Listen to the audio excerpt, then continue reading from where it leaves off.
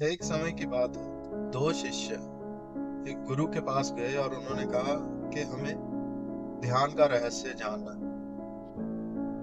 तो उस गुरु ने उन दोनों शिष्य को एक एक पंछी दिया और कहा कि जाओ, एक ऐसी जगह पर जाओ जहां पर कोई भी मौजूद ना हो और इस पंछी को मार दो।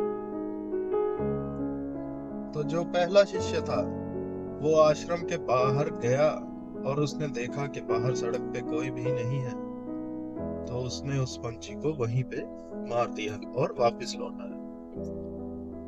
पर जो दूसरा शिष्य था वो 2 साल तक वापस नहीं आया और गुरुदेव उसकी प्रतीक्षा करते रहे।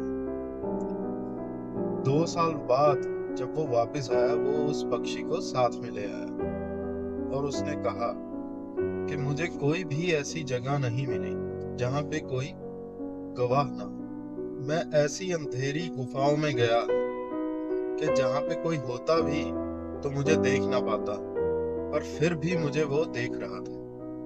मैंने अपनी आंखें बंद कर ली और फिर भी वो मुझे अंदर से देख रहा था।